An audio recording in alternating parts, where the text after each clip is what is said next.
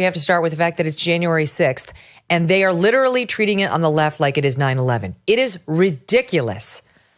I mean, it's got an actual function. It's the day that the 2024 election will be officially certified.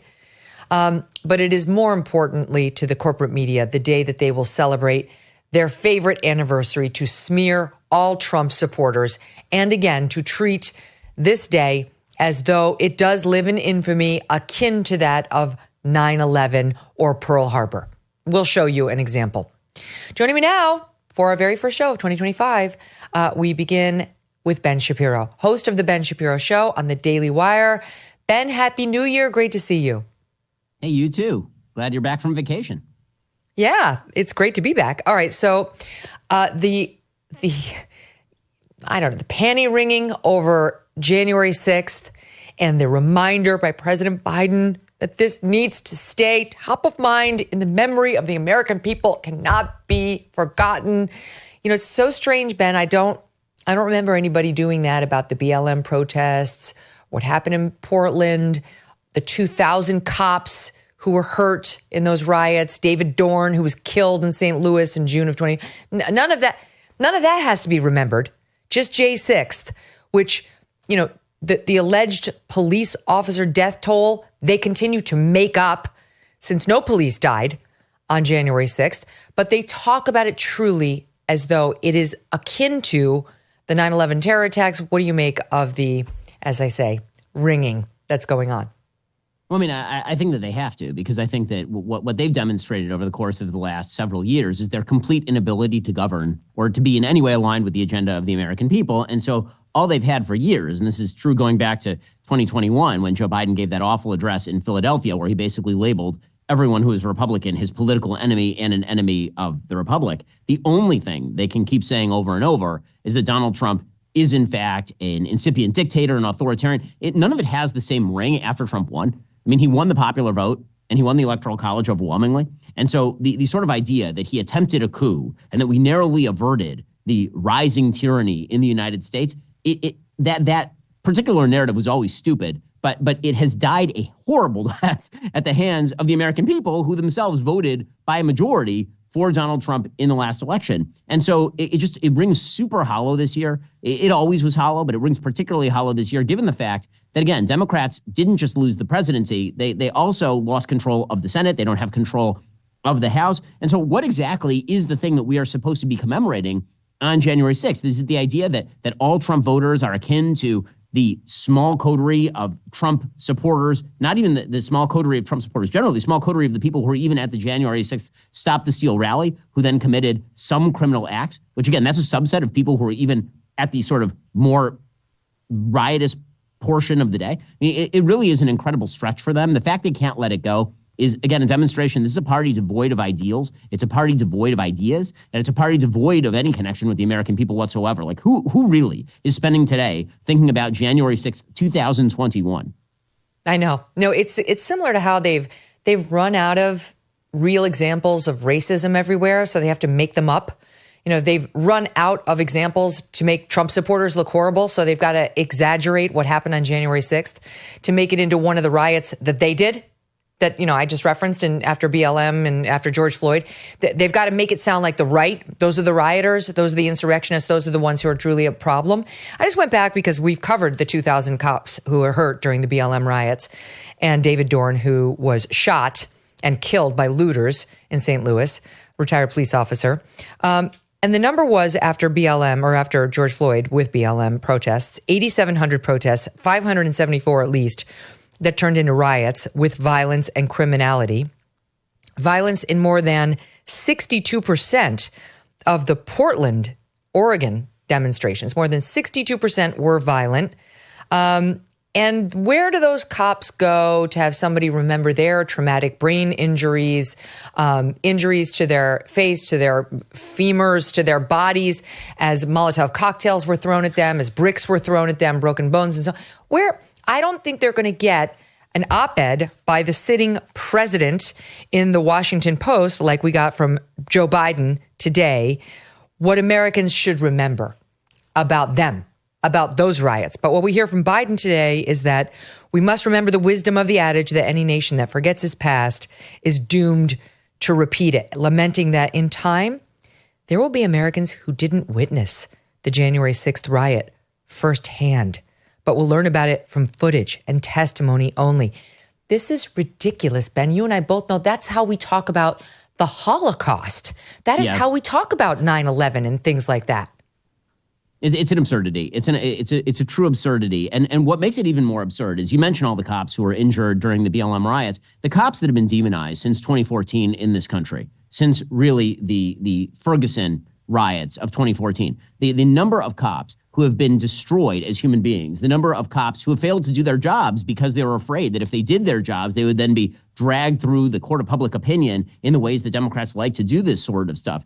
That number of cops is incredibly high. And the same week that Joe Biden is doing this routine, crying crocodile tears over January 6th, and we must remember and the cost to the cops and all this, he gave a Presidential Medal of Freedom to George Soros, who's the number one funder of left-wing prosecutors who have spent their entire careers trying to undermine the cops in every city in America and make it easier for criminals to do their business. This is the same president who just a few weeks ago, during the break, he had a very busy break, Joe Biden. This is the most alive he's been for years, is just before he's leaving the presidency. And now he's doing things like commuting the sentences of 37 out of 40 people on death row because only 3 of those murderers apparently deserve to die. People who rape and murder little girls, they don't deserve to die. Only the Tree of Life shooter and the Black church shooter and the Boston bomber, those people deserve to die. The other 37 who committed atrocities, those people don't deserve to die, according to Joe Biden.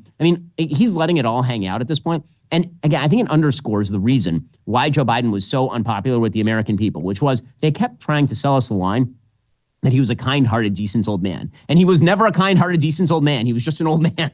He was never kind-hearted. He was never decent. He was always corrupt. He was always venal. He was always bloviating. None of his values ever meant anything at all. And this attempt to sort of retcon his own history and retcon what the Democratic Party has done over the course of the last few years into something benevolent is an utter failure. It's a total failure. And I can't imagine that there are many people who are reading that op-ed or hearing you read it, Megyn, who aren't rolling their eyes so hard they fall out of their head.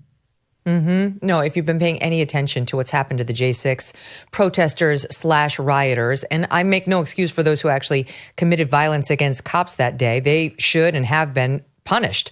But those who just wandered into the Capitol, there's so many who aimlessly wandered into the Capitol thinking that they were allowed there or that at best they were committing a minor trespass. They have more than paid for that very egregious mistake, as it turns out, because the whole world was watching and Biden wanted to make a political point. His DOJ wanted to make a political point. But to hear the media talk about this solemn anniversary, Ben, is to, again, it reminds me of 9/11. Having lived through 9/11, this is what it brings up for me. Here's an example. Regaining power and reigniting fears. In just hours, Congress will meet to certify President-elect Donald Trump's 2024 election win. Happy Insurrection Day. Insurrection Day, when Republicans will certify the election of a president who is constitutionally ineligible to serve in the office, according to the 14th Amendment, this final prostitution of democracy. We shouldn't get comfortable. American democracy still faces, I would argue, an uncertain future. The snow covers the Capitol. There's this birth, this newness to winter, and there is this newness to this Congress. But there is this storm cloud over the Capitol that makes you think about what happened 4 years ago. To remember what happened on January 6th is an act of remembrance in the purest form. We want to avoid ever again having American democracy on the knife's edge. On the knife's edge. On the knife's edge. And then I'll give you one more, Ben.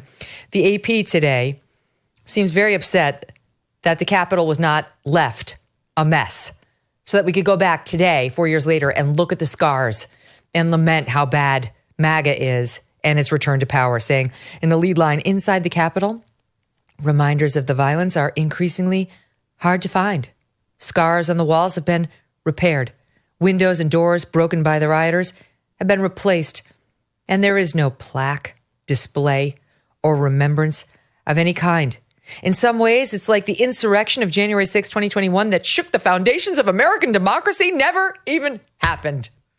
shook the foundations of American democracy. By the way, I love their respect for the property damage that may have numbered in the tens of dollars at the Capitol building.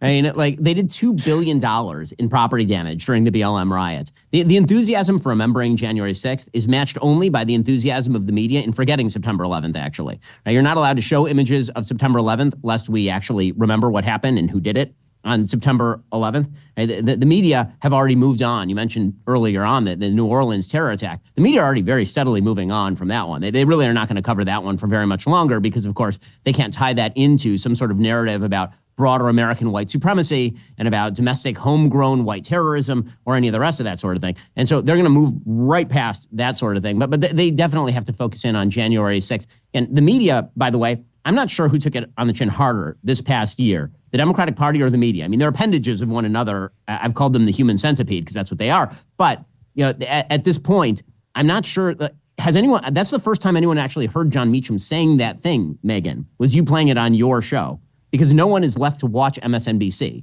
No one actually has seen Keith Olbermann say that except on your show. So congratulations to Keith Olbermann for making your show, I suppose.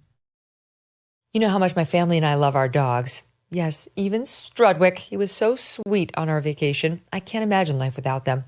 These guys have a great life, but some dogs are not so lucky.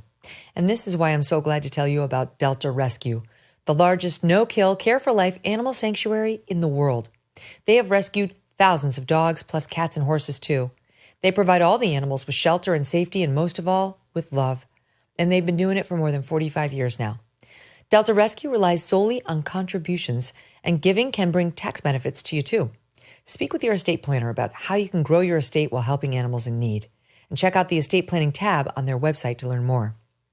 We love our Thunder and Strudwick, but would like for other dogs who need love to find it, too. Visit deltarescue.org today to learn more. That's deltarescue.org. Thanks so much for watching. If you like what you just saw, hit the subscribe button for more clips and full episodes.